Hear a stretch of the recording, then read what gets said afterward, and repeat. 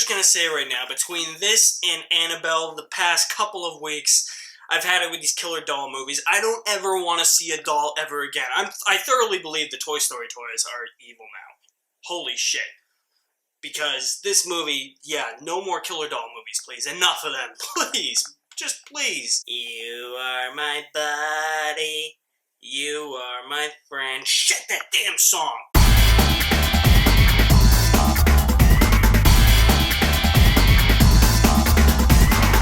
Child's Play, the 2019 version, stars Aubrey Plaza as a single mother who has a kid who has a hearing aid, and there's this company that produces these dolls. This doll is actually a malfunction. It comes to life and it begins to kill people, and her kid has to convince everybody around him that this doll is an actual killer and that he's not going crazy.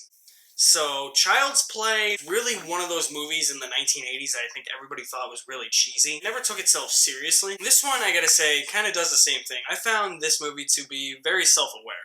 This is a entertaining, watchable, yet disposable horror movie, but it knows that it's disposable. That's what makes this movie kind of stand out. It knows that it's corny, it knows that it's cheesy, it knows that it's campy, and it really plays on that. And it takes all the horror movie cliches and turns them into something fun. Like, for instance, you have the abusive boyfriend who doesn't really like the kid. You know who's gonna die, you know who's gonna live. You know that this malfunctioning doll is just gonna start murdering people because, yeah, with a face like that, why would you even buy a doll? So it's just ridiculous campiness like that the movie really owns. And I gotta give the movie props for that it's so self-aware, that it's so ridiculous and dumb, that it never ventures into the realm of serious.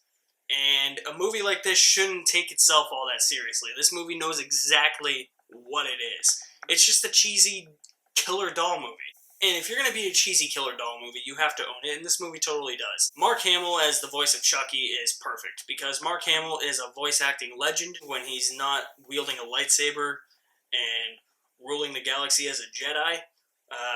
His voice work in everything is amazing, and so when you compare what he does in the Batman video games, the animated movies, the animated TV series, and you just picture his voice as the Joker, if it was live action, it would definitely be this Chucky doll. Mark Hamill captured that perfectly. There's some really good deaths that, again, cliched as all hell with these deaths. You know they're coming, you know how these people are gonna die, but it does it in a fun way, and I really like that. Deaths are bloody, you know? I mean, for a movie with a killer doll, I expect them to be bloody. There's a lot of stuff in here that doesn't make sense, but the movie doesn't really have to make sense. Like, the opening scene is just like, I don't get how Chucky wants to be evil because of that opening scene. I get he's a malfunction. In the original one, it was a doll possessed by the soul of a serial killer that is no longer in the picture. That is completely different in this one. So, I mean, it doesn't really make any sense, but you just gotta roll with it, you know? And the movie rolls with everything. Aubrey Plaza, though, man, she was really bad in this movie. A lot of her line delivery was horrid. Beyond horrid, actually. And I don't know what happened, if it was directing, or if she was just like, you know what, this is just a disposable horror movie. I'm just gonna collect a decent paycheck. Because, I mean, that's honestly what it felt like. It felt like she didn't care, she didn't give it her all. She just wanted the money, and she just wanted to collect that paycheck. That's kind of what this performance is. There's also little to no character development in here. I mean, obviously, it's a horror movie. Lots of horror movies don't have character development, but the closest we get to anything is her son having a hearing aid, but we never find out why. And then nobody else is fleshed out. You have the random friends that he hangs out with that pop up every once in a while just to say some funny stuff and to swear. You have this random cop who lives with his mother and doesn't really do anything for the entire movie. He's a really bad cop, honestly. Like, I would not want him protecting me. Honestly, like, that's it. That's what we get for characters.